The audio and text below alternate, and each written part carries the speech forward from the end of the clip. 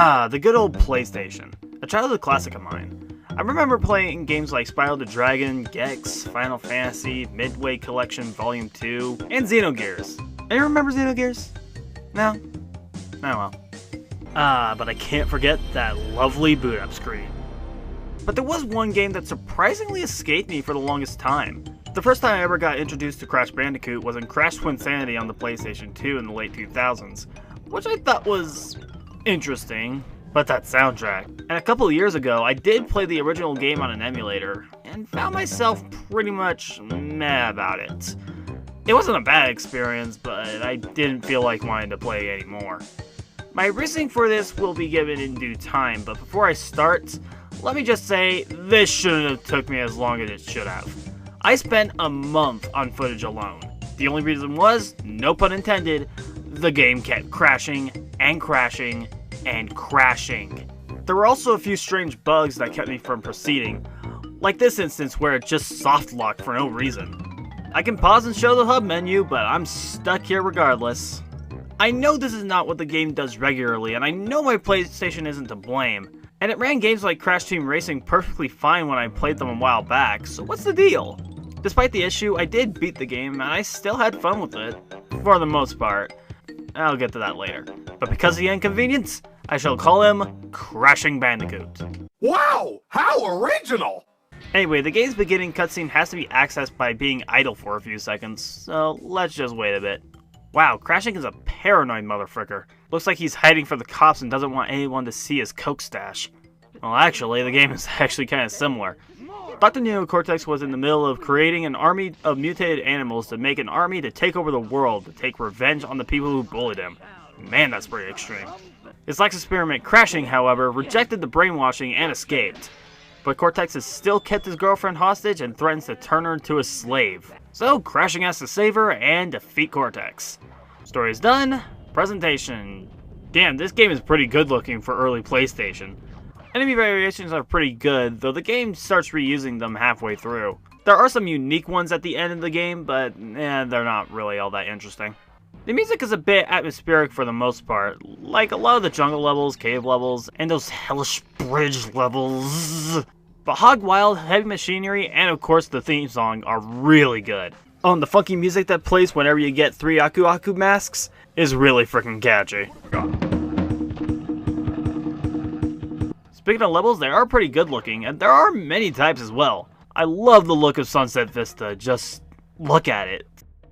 Wow, that's actually not a whole lot to say about the presentation and story. Well, I guess it's time to get to the gameplay. And here's where things are going to get a little critical. So Crashing Bandicoot has really fast acceleration, like really fast, and his jumps are a bit heavy. Maybe a bit too heavy. He drops like a rock, I swear to Aku Aku. Oh, I'll get to him in a bit. Crashing also has 2 signature moves, jumping and spinning. Jumping isn't exactly the most useful tactic. I've only used this on jump boxes and these turtle enemies to get to high up boxes. Spinning is pretty much the most useful tactic and can break multiple boxes, defeat most enemies, and is much more accurate than the jump. Though there are certain enemies that can only be taken down by either tactic, though the enemies that require the jump kinda piss me off. The only normal enemy that requires it is this asshole, and I swear they had the worst enemy placement. Bullshit!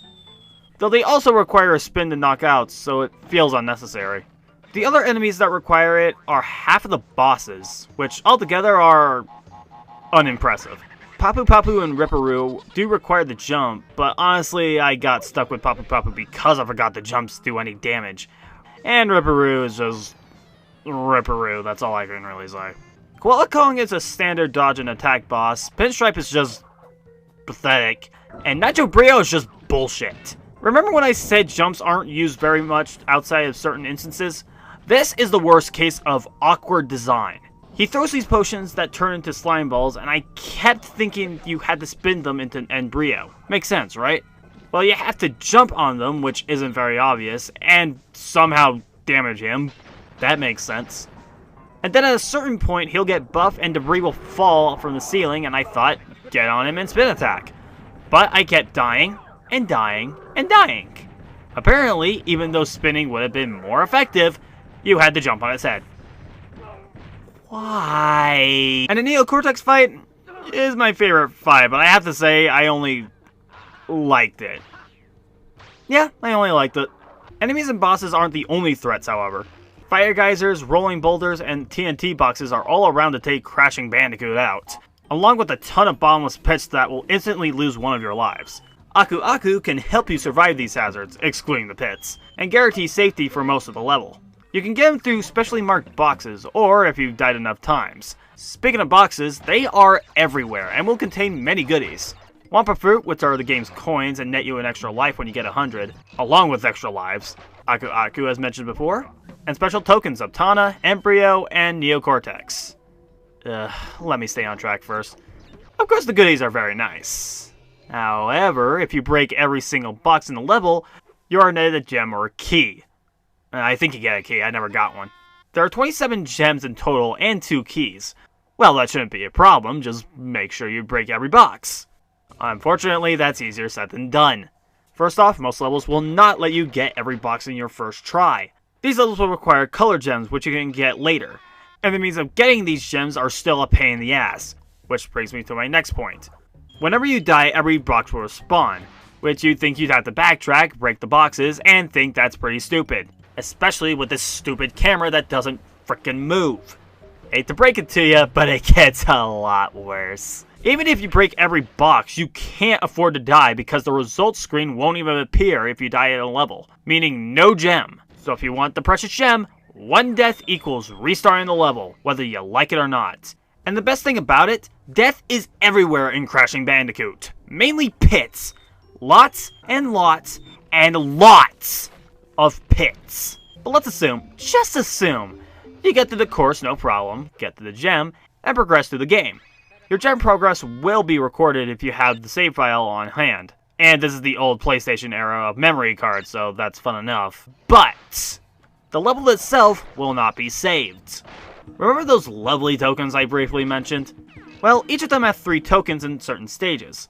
The Embryo and Cortex levels are standard live grinding bonuses, but Tana is special. When you get all of her tokens, you'll be taken to the bonus stage, and when you get to her at the end, she will let you save that particular stage. Yes, in order to save your progress, you need to collect her tokens and get to the end of the bonus stage without falling. These stages are also 2D areas, but in Crashing's case, that's a downfall, because the Z-axis is still present, meaning you can just go off the stage just by pressing on the D-pad, and it can be a very picky little D-pad.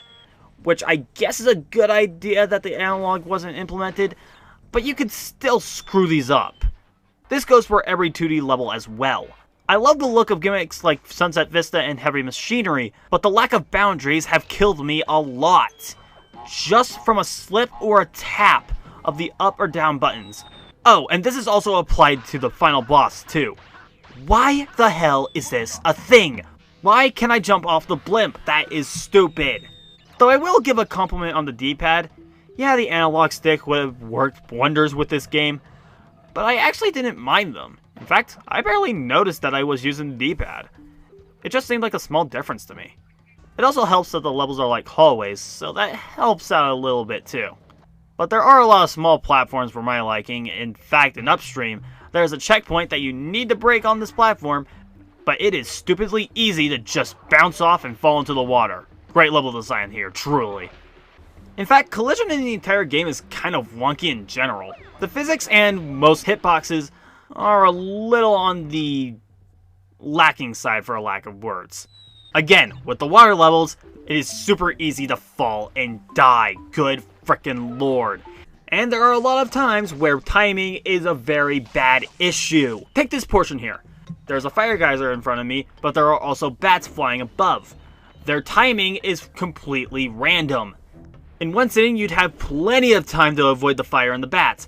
However, there are certain times where the bats are going to fly right before the fire geyser bows out.